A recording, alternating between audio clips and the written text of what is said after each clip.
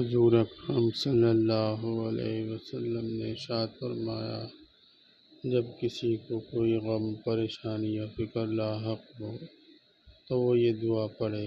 اللہ تعالیٰ اس کی برکت سے نہ صرف اس کی پریشانی کو دور فرمائیں گے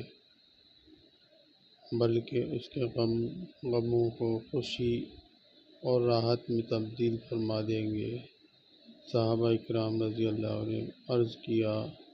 یا رسول اللہ صلی اللہ علیہ وسلم،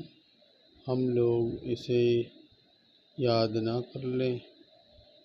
آپ صلی اللہ علیہ وآلہ وسلم نے فرمایا، ہاں، تم بھی اسے یاد کر لو، اور تمہارے علاوہ جو بھی اس دعا کو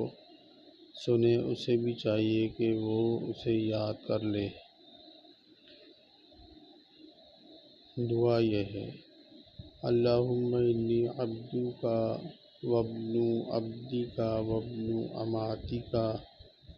ناصیتی بیدک ماضٍ فی حکمک عدل فی قضاؤک، اسألک بکل اسم هو لک سمیت بہ نفسک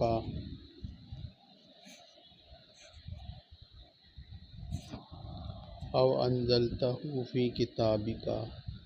او علمتہ احدا من خلقک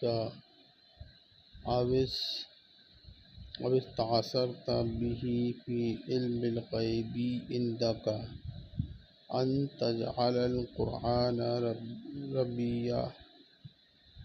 قلبی ونور صدری وجلاء حزنی وذہاب ہمی۔ ترجمہ: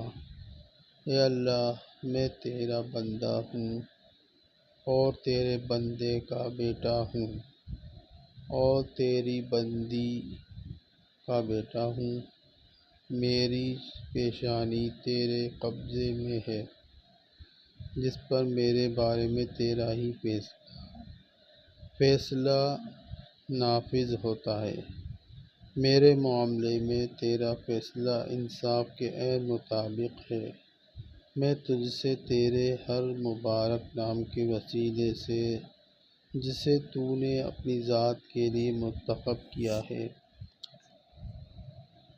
یا اس کو اپنی کتاب میں نازل کیا ہے یا اپنی مخلوق میں کسی کو